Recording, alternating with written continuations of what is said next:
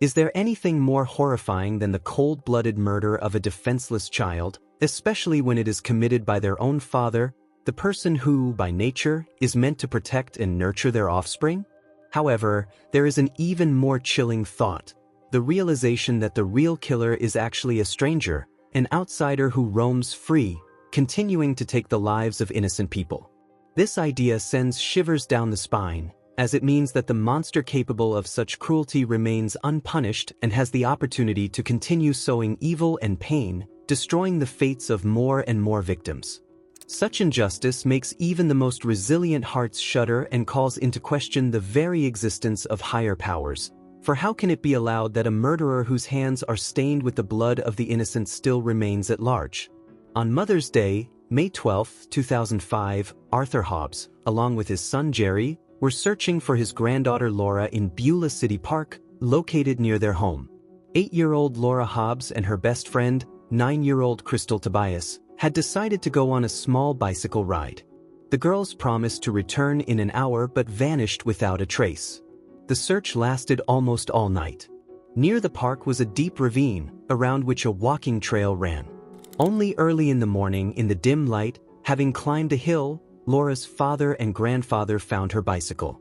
However, Laura herself was nowhere to be seen. The search continued. Finally, after a few hours, a couple hundred meters from the bicycle, in the muted morning light, the father and grandfather noticed two suspicious motionless figures lying on the ground. They instantly realized that something terrible had happened. Upon reaching the spot, Jerry and Arthur found the schoolgirls with numerous stab wounds. Laura and Krystal were dead. Obviously, the massacre inflicted upon them was extremely brutal and lasted a long time. Both Laura and her best friend Krystal lived in close proximity to the park where the tragedy occurred. Unfortunately, even the short distance to home did not save Laura and Krystal lives. Both were residents of the town of Zion, Illinois, USA, with a population of about 20,000 people. The brutal murder of two children shocked the small community to its core. People passionately wanted to know the truth and find the criminal capable of such inhuman cruelty. However, no one could even imagine how convoluted and bizarre the truth would turn out to be, and what efforts would be required to uncover it. The police immediately found themselves under immense pressure from the public. Law enforcement officers were desperately trying to obtain any information to reassure people and track down the bloodthirsty killer. A few days after the tragedy, the head of the Special Group for Investigating Particularly Serious Crimes in Lake County confirmed the presence of a suspect. By this time, the detectives had already managed to talk to Jerry Hobbs, the father of the murdered Laura, who was considered to be involved in the case. The most horrifying thing was that the murdered girl's own father was under suspicion. Jerry was brought in for interrogation on the day the bodies were discovered. According to the police officers, the man behaved strangely. A background check on Hobbs showed that he could well be the perpetrator. After all, only a month before the tragic events, he had been released from Tehachapi prison. In general, Jerry had serious problems with the law. Less than a month had passed since he reunited with his wife and children, restoring their relationship. But could a biological father so brutally deal with his daughter and her friend? Laura and Krystal bodies were found next to each other. They had been attacked by the same criminal. The scene that unfolded before their eyes was truly horrifying. The bloodied bodies and clothes indicated that Laura and Krystal's last moments of life were filled with unbearable agony. Both victims received numerous stab wounds, underwent a merciless beating, probably with bare fists. In total, the forensic expert counted 31 stab and slash wounds, inflicted mainly on the upper torso, chest, and neck. Laura and Krystal's injuries were very similar. Signs of a struggle were also found on Laura Hobbs' body. Apparently, she had desperately resisted the attacker. But what shocked the criminologists the most was the unspeakable cruelty with which these injuries were inflicted. There were strong reasons to believe that the killer deliberately caused maximum pain to the victims. He did not stab randomly but carefully chose places that would not kill immediately but would inflict the greatest suffering. Upon learning that Laura's father, Jerry Hobbs, had been released from prison shortly before the crime, all police suspicions fell on him. However, the man categorically refused to admit his guilt. Of course, Jerry Hobbs had to go through numerous interrogations. He repeatedly communicated with law enforcement officers who tried to find an approach to him and break him. From Hobbs' words, a picture of the events of the day when the two schoolgirls died was reconstructed. After long hours, the detectives obtained Jerry's confession, recorded on video camera. According to him, on Sunday around 3 p.m., Jerry, together with his wife Sheila, returned home. At that time, their 4 children were flying kites by the lake. Daughter Laura approached her parents. She asked for permission to ride bicycles with a friend. The girl insisted that she wanted to arrange a kind of festive bike ride in honor of Mother's Day. Despite the fact that Laura was still under house arrest for stealing $40 from her mother, Sheila decided to let her go. Jerry was against his wife's decision. He believed that the punishment should be carried out to the end so that the child would learn a lesson and understand that she had done wrong. But Sheila convinced her husband. In the end, the father decided not to interfere and not to ruin Mother's Day for both of them. The schoolgirl was allowed to go for a walk. She was supposed to return in exactly 1 hour. However, the appointed time passed, and Laura still did not return. At first, Sheila and Jerry assumed that the girls had simply gotten carried away and forgot about the time. They hoped that the friends would soon appear at home. But even when evening had already descended upon the town, their daughter was still not there. The route through the park was short. According to calculations, Laura and Krystal should have covered it in about 20 minutes. Given this, the child's absence for many hours caused increasing concern. Jerry decided to find out what was going on. The father was going to find his daughter on the trail and scold her for disobeying again. According to Hobbs, he knew Laura's favorite places to play and headed there along the dirt road. It was there that the man came across his daughter and Krystal, who were carelessly playing, ignoring their parents' instructions. Jerry became furious and ordered the girl to return home immediately. He intended to punish Laura. The father was going to take her with him, and he told Krystal to go to her own home, because they were waiting for her there too. But the young friends did not even think of obeying and voluntarily going to their homes. Then Jerry approached his daughter and sternly stated that they were leaving because she had become completely impudent. The girl began to talk back, and the enraged father grabbed her by the arm. Laura tried to break free, shouting for him to let go. Krystal also began to demand that the man leave her friend alone. Both schoolgirls were rude and mocked Jerry. When he did not release Laura's arm, Krystal took a small folding knife out of her pocket and more resolutely demanded that he leave the girl alone. Taking advantage of a moment of confusion, Laura bit her father's hand, and he, beside himself with rage, slapped her across the face, causing her to fall to the ground. After that, Krystal attacked Jerry, but the hardened man easily knocked the cold weapon out of the child's hands. Having gained control of the situation, he also hit the girl on the cheek. Krystal fell to the ground. Laura's enraged friend jumped to her feet and rushed to attack. In response, Jerry plunged the knife blade into her chest several times. Then he approached his own daughter, who was desperately struggling, but the forces were too unequal. Jerry hit her in the face again and then inflicted several stab wounds. This testimony from Hobbs was obtained after 24 hours of interrogation. Law enforcement officers had no doubt that they were dealing with a real criminal. Confidently, in all details, he described the brutal attack, which only the killer could know about. But despite the confession, it was hard to believe that a father was capable of dealing so inhumanely with his own daughter and her best friend. However, the investigators had strong reasons to suspect him, given Jerry's criminal past. Hobbs was born in 1970. After 8th grade, he dropped out of school. The man's hot temper and bad character often caused him trouble. Almost immediately after being expelled from school, his criminal career began. The first serious offenses for which the young man found himself in the dock occurred in 1990. It was then that Jerry first ended up behind bars in the state of Texas for several months. Since then, he was either released or sent back to prison, usually for minor crimes. The track record included offenses such as possession of prohibited substances and numerous robbery assaults. All this eventually led to the culmination, the brutal murder of 2 children. Of course, the preconditions for criminal behavior were more than serious. In August 2001, an attack on his wife Sheila occurred. At that time, the Hobbs couple lived in a trailer park in Texas. An argument broke out between them, which escalated into physical violence. 3 neighboring men tried to calm Jerry down. But this infuriated him so much that he grabbed a chainsaw and began chasing those people around the entire trailer park, brandishing the dangerous tool. Hobbs was stopped only when one of the men hit him on the back with a shovel. Jerry fell and could no longer run. By that time, someone had managed to call the police. Within minutes, law enforcement officers arrived, who finally took control of the situation and restrained the brawler. After this incident, Jerry was accused of aggravated assault. He was convicted in December 2002 and sentenced to a 10-year probationary period. But despite this, Hobbs never once appeared for mandatory registration with law enforcement agencies. Due to numerous violations, the suspended sentence was canceled. In October 2003, Jerry was sent behind bars. He spent 18 months there.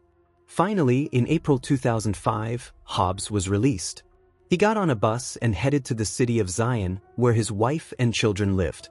Jerry went to the home of Sheila's parents, where he met with her and their 4 children.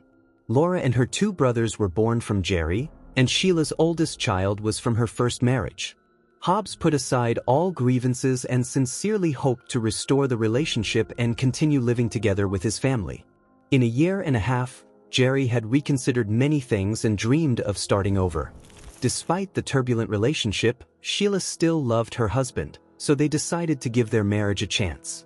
But as time showed, all these hopes were shattered. Only a month had passed since the family reunion, and that fateful Mother's Day arrived. From early morning, a joyful, festive atmosphere reigned in the family. On that day, the children often rode bicycles and rollerblades along the forest trail. Many people arranged barbecue picnics, so the park was crowded and safe. There had never been any attacks here before, so parents calmly let their children go for walks. Of course, no one heard anything. There were simply no witnesses to the double murder. After obtaining a confession from Jerry Hobbs, he was detained and held in custody without the right to bail. More than 2 years passed while the prosecution team developed tactics and prepared for the trial. During the investigation, various oddities and inconsistencies began to surface. First of all, Jerry's version of events seemed implausible. It was hard to believe that an 8-year-old and a 9-year-old girl were walking around with a knife, which they then attacked an adult man with, and he, in response, began to fight back and, in a fit of anger, killed the children. It also seemed strange that the schoolgirls refused to return home when their father found them alone in the dark. Weren't Laura and Krystal terrified to be outside the house at such a time?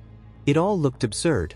Moreover, in his confession, Jerry never once mentioned rape, although the girls had been sexually assaulted. As it turned out, at the crime scene, forensic experts collected samples of male DNA. However, they did not belong to Jerry, but to some third person, a man who was not in the police database. Moreover, these were not just some random traces, but evidence of rape on the victims' bodies, which directly indicated the falsity of the father's confession. However, this did not bother the investigators at all. They came up with their own version, suggesting that the foreign DNA got on the bodies because it was a busy area where children often played. No one specified how male sperm could have ended up on the trail. Of course, such a theory sounded even more absurd. Despite all the doubtfulness of the case, the prosecution was confident in its undeniable victory in court. They had Jerry's confession and his criminal past in their hands, so triumph seemed only a matter of technicality. Information about DNA materials was decided not to be disclosed. Video recordings of the interrogations were enough to convince the jury. Laura's father was sent to prison for life without the right to early release. The situation began to change in 2009 in Arlington, Virginia. That's where 20-year-old soldier Amanda Snell lived. On November 13, 2009, she did not show up for her shift at Fort Myer. Of course, the management became worried about what had happened. Amanda was responsible and diligently built her career. Such unfortunate incidents as not showing up for duty without prior notice seemed impossible for her. The superiors decided to check on the employee's condition, so they sent several of Snell's colleagues to the officer's dormitory. The officers arrived at the scene and knocked on the door. They rang the doorbell, repeatedly trying to contact her by cell phone. But the girl did not respond. The door to her room was unlocked, and colleagues went inside. The first alarming signal was that Amanda's wallet and ID remained in place. The military immediately noticed the unpleasant smell of decomposition. In the bedroom, traces of blood and struggle were found. Snell's body was found in the closet. The girl had been brutally beaten, with a construction equipment cord tightened around her neck. Her head was covered with a pillowcase. According to the autopsy results, it was possible to establish that death occurred approximately 2 days before the body was found. On the weekend, numerous pieces of evidence were collected at the crime scene, including a DNA sample from the victim's pillowcase. The police found out that Amanda's laptop, phone, iPod, and bedsheet were missing. Also, several footprints were found in the room, indicating the presence of another man.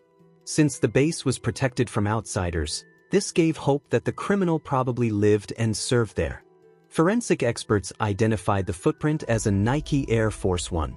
At the time, these sneakers were very popular on the base.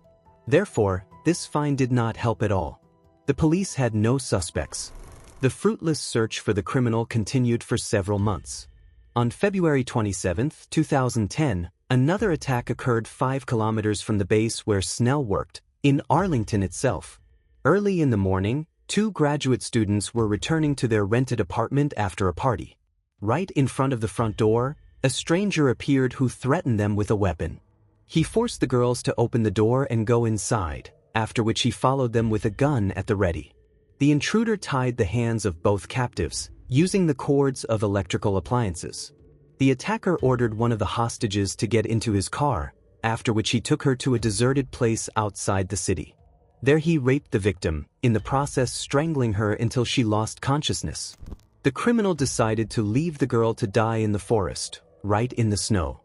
He did not even suspect that she would be able to survive such a terrible attack. The student regained consciousness and crawled to the nearest road, where, fortunately, a car was passing by. The driver did not leave her to fend for herself. He stopped and called the emergency services.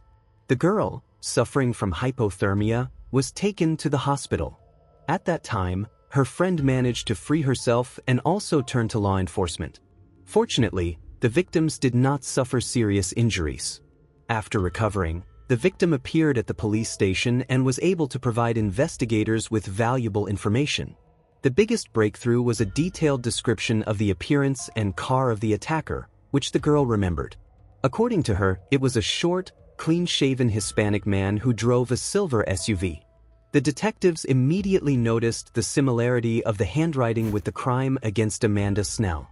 Moreover, the police had the DNA of the person who nearly took the student's life. The rescued girl did not even suspect that her miraculous survival would become a catalyst for a series of events that would literally turn the lives of many people upside down. On the same day in the evening, a man who matched the description of the attacker was arrested. According to the laws of the state of Virginia, a DNA sample was immediately taken from the detainee for examination. In his car, they found the kidnapped girl's university ID card, as well as her earring, which made it possible to link the suspect to the crime. The main person involved in the case was taken into custody until the trial. Several months passed in this state, during which law enforcement officers continued to investigate the circumstances of these horrifying events. Finally, it was possible to analyze the DNA sample and compare it with the National Database of Crimes. The match that occurred shocked law enforcement officers. It turned out that the same DNA was found on the bodies of 2 little girls, Laura Hobbs and Krystal Tobias, in 2005 in Zion. At that time, the detainee actually lived in this city.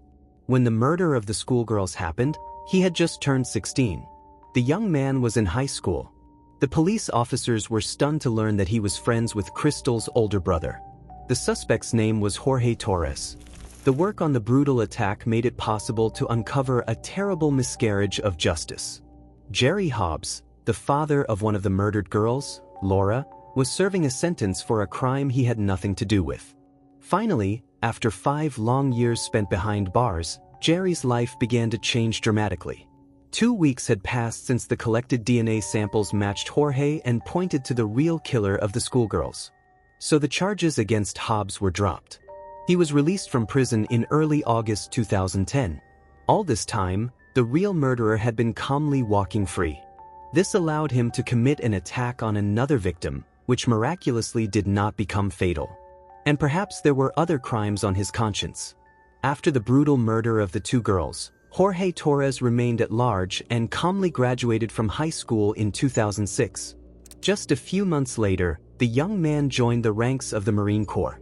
Some regarded this step as an attempt to escape the horrifying reality that he himself had created. The Marine Corps was an elite unit of the U.S. Armed Forces. Perhaps in this way, Torres tried to atone for his guilt before society. Unfortunately, this did not benefit the hardened criminal at all. He remained a bloodthirsty monster. Therefore, he continued his atrocities.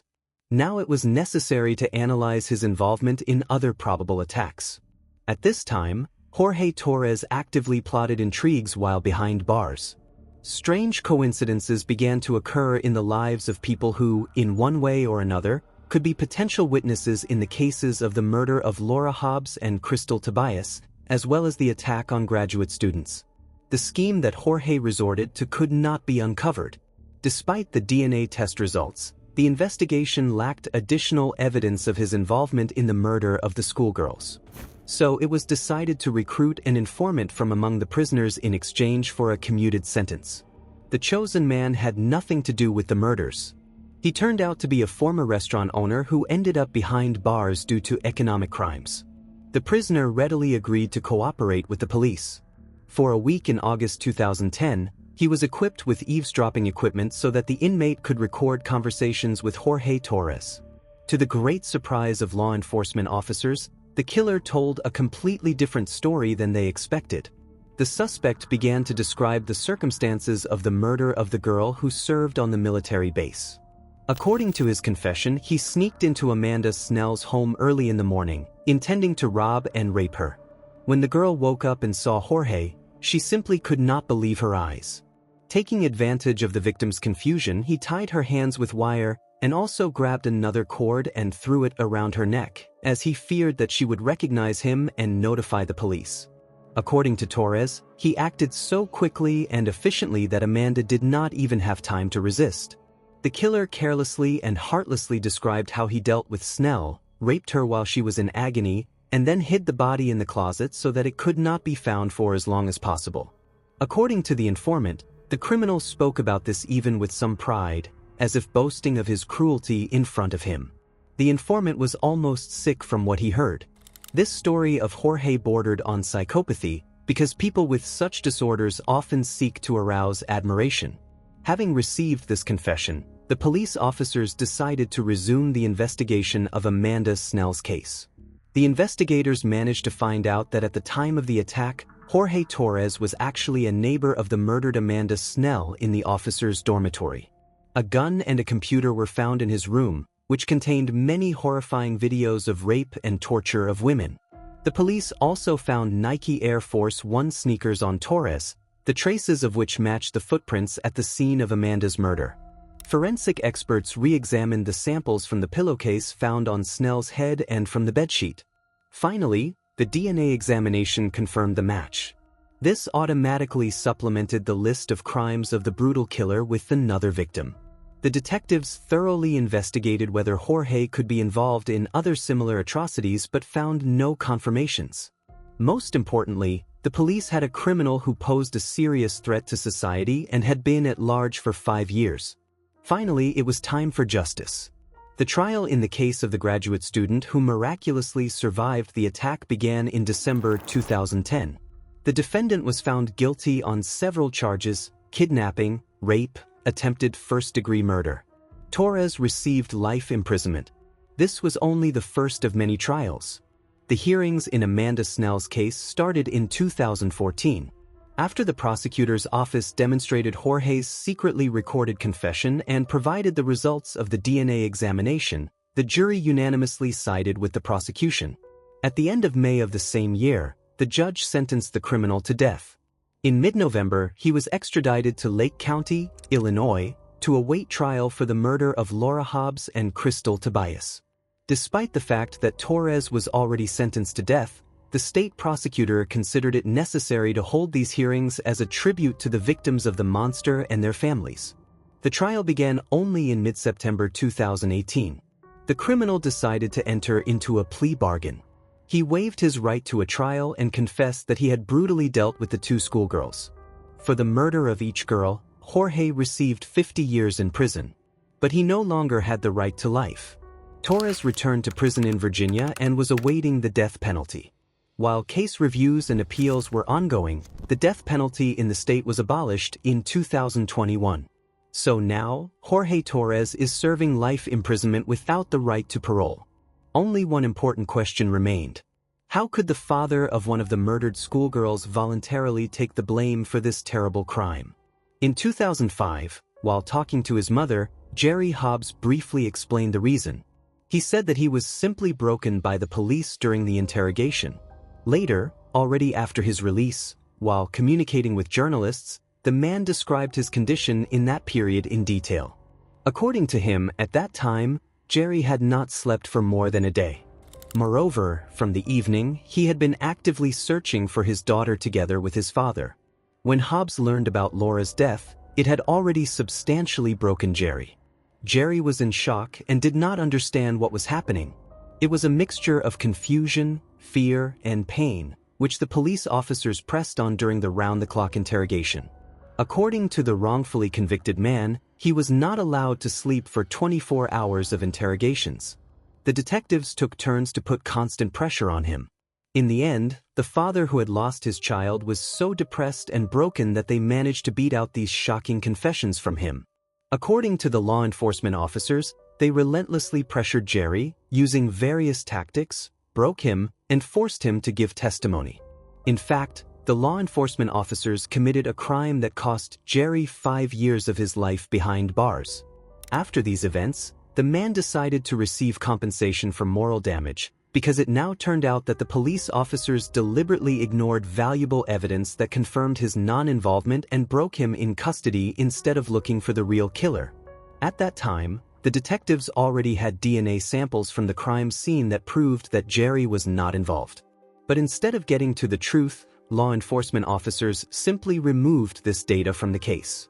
They refused to drop the charges against the girl's father. At that time, Jerry Hobbs had already served 2 years in prison. 3 more years and several crimes were needed to uncover the truth and free an innocent man. At a press conference dedicated to this incident, the state prosecutor spoke. Of course, he tried in every possible way to smooth over the acuteness of the issue. The prosecutor also insisted that no one suspected the man's framing, and the rights of the detainee during interrogation were strictly observed. In his opinion, such a result was associated with the condition of Jerry himself, who was considered a suspect. Moreover, the criminal past discredited Hobbs. Jerry, who had just been released from prison, led the police to the girls himself. The detectives were sure that he knew where he was going and was involved in their death. They continued to ask him questions, hoping to break him, but Laura's father insisted that this was all just a fatal coincidence. A few hours after the start of the interrogations, the police officers took his clothes under the pretext of the need for analysis. Instead, Jerry was issued a thin suit in which he was cold. He was repeatedly shown horrifying photos from the crime scene. In addition, Hobbs claimed that he was intimidated and threatened several times. Jerry constantly refused to confess, but then the police began to frighten him with the arrest of his wife, Sheila. Thus, their children would be left orphans, and he could not allow this. To obtain a full confession suitable for use in court, it was necessary to make a video recording. On it, of course, there should be no coercion or aggression on the part of the police officers. Many takes were needed, because at first, Jerry refused to read the testimony written by the investigator, but threats forced him to do what the detectives demanded. The wrongfully convicted man's civil lawsuit was settled in February 2014. He was awarded over $6 million. But, according to Jerry himself, even this was not a victory. He considers it important that the wrongful conviction forced the launch of a reform program for the law enforcement system in Lake County. After all, while Hobbs was unjustly sitting in prison, The real killer was raping and killing other victims. Now, finally, he will remain behind bars and will not be able to harm anyone. The police consider Jorge Torres a serial killer. Probably he had more victims. An investigation was conducted regarding other possible cases of beaten confessions. It appears that 4 more innocent men were wrongfully convicted, and the DNA evidence that exonerated them was also ignored by the then Lake County prosecutor. These 4 spent a total of 75 years in prison and have now been released. This chilling story about the brutal murder of 2 little girls, Laura Hobbs and Krystal Tobias, and the unjust conviction of Laura's innocent father, Jerry Hobbs, makes one think about the imperfection of our law enforcement system. The investigation conducted by the police turned out to be not only unprofessional but also biased. Ignoring important evidence, in particular DNA samples, and the use of unacceptable pressure methods during interrogations led to an innocent person serving 5 years behind bars, while the real killer continued to commit terrible crimes. This case became the impetus for reforming the law enforcement agencies of Lake County and forced a review of other possible cases of unjust convictions. Thanks to the persistent work of investigators and new evidence, it was finally possible to expose the real criminal, Jorge Torres, who also turned out to be a serial rapist and murderer. Despite the fact that justice in this story finally prevailed, it leaves a deep mark on the hearts of all its participants and makes us, as a society, be more vigilant and demanding of the work of those who are called upon to protect our lives and rights. If you are interested in this and similar stories, I invite you to subscribe to my channel's Detective Brooks, where I regularly publish fascinating investigations and analysis of high-profile criminal cases. I promise to keep you in suspense and reveal the most intimate secrets of the criminal world.